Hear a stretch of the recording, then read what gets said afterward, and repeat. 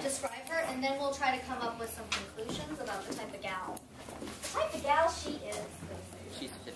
So what's a cold hard fact that you got from her? She's pretty. She's pretty and she's 15. Oh, the world is in the palm of her hand. I mean, what can go wrong when you're 15 and 15? Older. 20 something. Seems like a rhetorical question there. So much can go wrong. So she's 15 and she's pretty, and she knows it, right? She does know it, and I think she likes it because she likes being pretty. She's outgoing. Let's see. She's proud of her looks, right? What were you Confident. Confident? Yeah, confident. But kind of insecure too. Confident?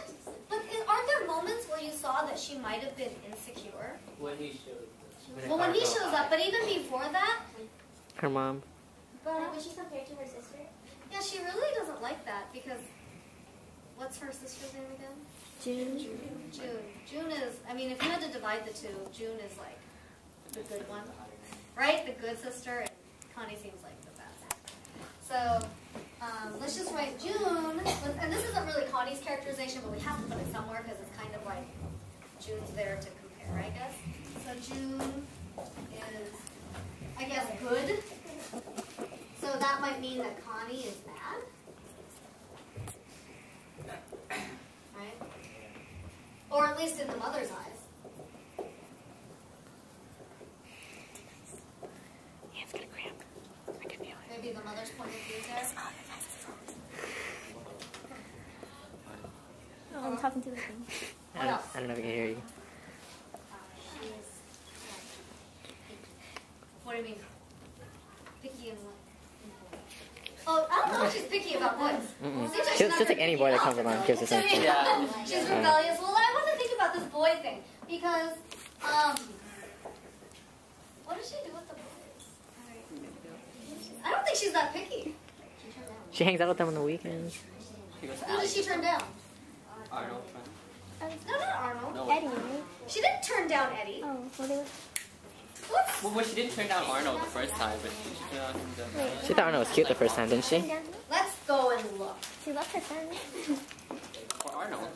Oh, She Arnold. loved her friend. Let's not even get to Arnold yet. There's plenty of time for that. No, isn't Arnold the guy that went to the alley with her? No, that was Eddie. That was Eddie. Arnold was the guy who wanted to, the old guy that wanted to, you know. Yeah. A boy named Eddie, 255.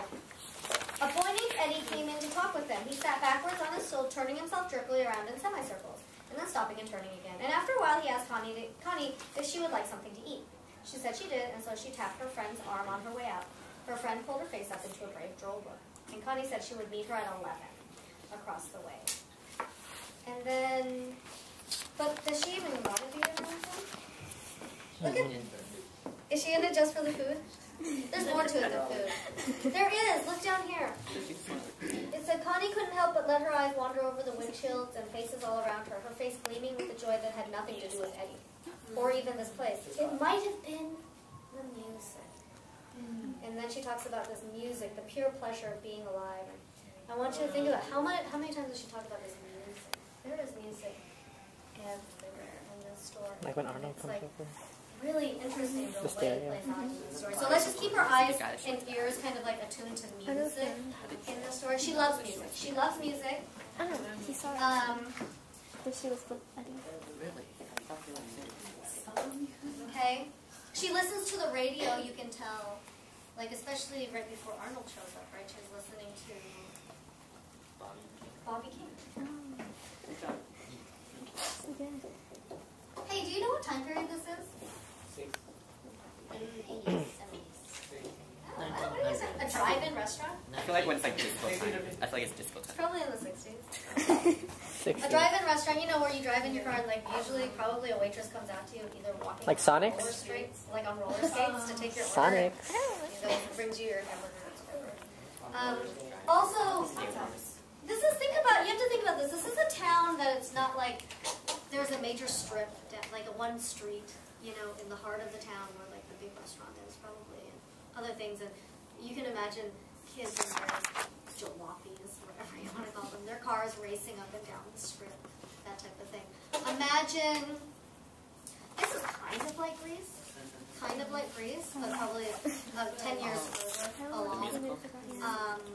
And the hamburger stand, like the hamburger restaurant, if you saw the description of it, there was a guy holding up a hamburger. And you've seen that before. I think it's like the, what was it? No, it's like this boy. It's like The boy Simpsons with brown where hair that holds up a hamburger. And those are the old types of like, I think they were like Bob's Big Boy hamburgers or something like that. But it's an older restaurant. So those are the clues. And then her hair. She wears her hair a certain way. If you look at the bottom of 254, I think. She had long, dark blonde hair that drew anyone's eyes to it, and she wore part of it pulled up on her head and puffed out, and the rest of it she let fall down her back. So, like a bouffant almost. Don't think Snooki. Yeah, like Hairspray. Like this would be a good example of that movie, Hairspray. Like, oh, that's all it's like. the hair. So it's around the 60s, okay? Oh, like the No, old Chinese haircut? So that's really important. It's really important to kind of get to know the setting about the story because that's what makes the story even more crazy, outrageous, right? Because it's like you're older and you think back at that time and you think maybe this type of stuff didn't happen. They're innocent. Connie's not innocent at all. So. What else do we know about Connie? About the way she acts, the way she looks. Do you remember, Brianna? She has dark blonde hair and brown eyes. Blonde hair. Brianna, who's the one that made that looks connection? in mirrors. She likes to look in a mirror. What do her clothes look like? What does her shirt look like? What did they say about her shirt? A pullover jersey blouse. You know what I'm talking about, right? Like, yeah. So, like two different looks. You know, with this shirt. What do you imagine she did with this shirt to make it look one way when she's not in the house? Either pull it down, tie it up in the back, cinch it up, maybe make it extra tight right here. Who knows? Like, you know, she sounds like she's trying to put stuff out there for people. Like, wants to look cute, but you know, it's probably baggy. Okay. I mean, you know, people do that, right? People still do that now, change the way they look when they get to school or something. So she has two different looks with the shirt, and she has another two different. Like, did you notice?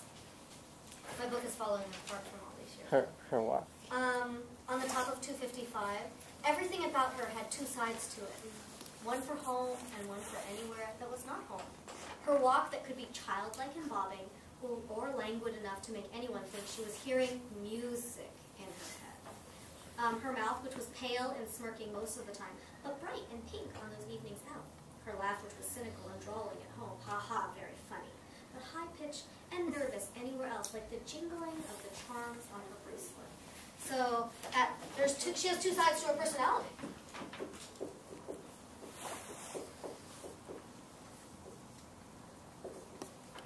One for home and one for not home. And what would be the words that you described about her home personality? Quiet, maybe. She's like kind of snotty, right? So, maybe rude. I don't know. I think she pretends to be innocent, right? Because it says her walk when she's at home is childlike, but then it becomes languid, like she's hearing music. So again, there's music, and then that thing about her laugh later on when she's not at home, it sounds like the jingling of charms. Again, that's musical right there. So That reminds me of Daisy. So, let's see. This is childlike here. Did you not notice that? Womanly, more womanly right here. Let's see. Languid. Music. Maybe, do I want to write sexual? Maybe. What's a better word for that? Flirtatious. Flirtatious, that's possibly, yeah. Flirty. You And we see that with the boys, right? Or at least Eddie. We see that flirtatiousness. And there's an implication that she is promiscuous.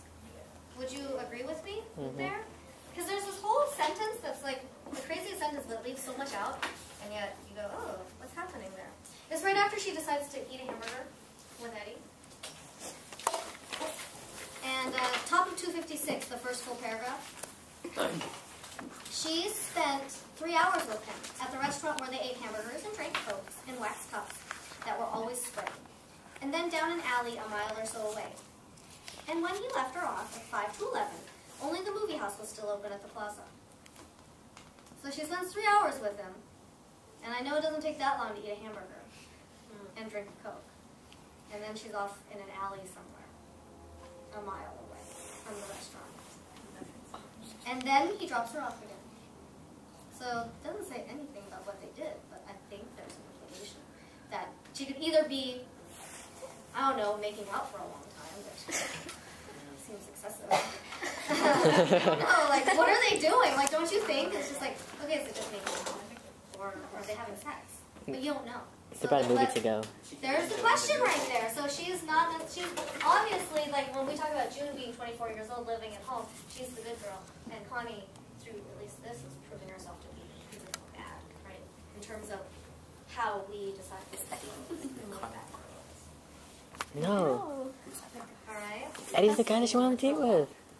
She just went for a walk, a long walk. Okay. In the dark, in an alley with this boy she barely knows. Okay. Actually, Evelyn, you're scaring me a little. She's like, oh, there's nothing wrong with that. What are you talking about? Okay, anything else we want to add about Connie here?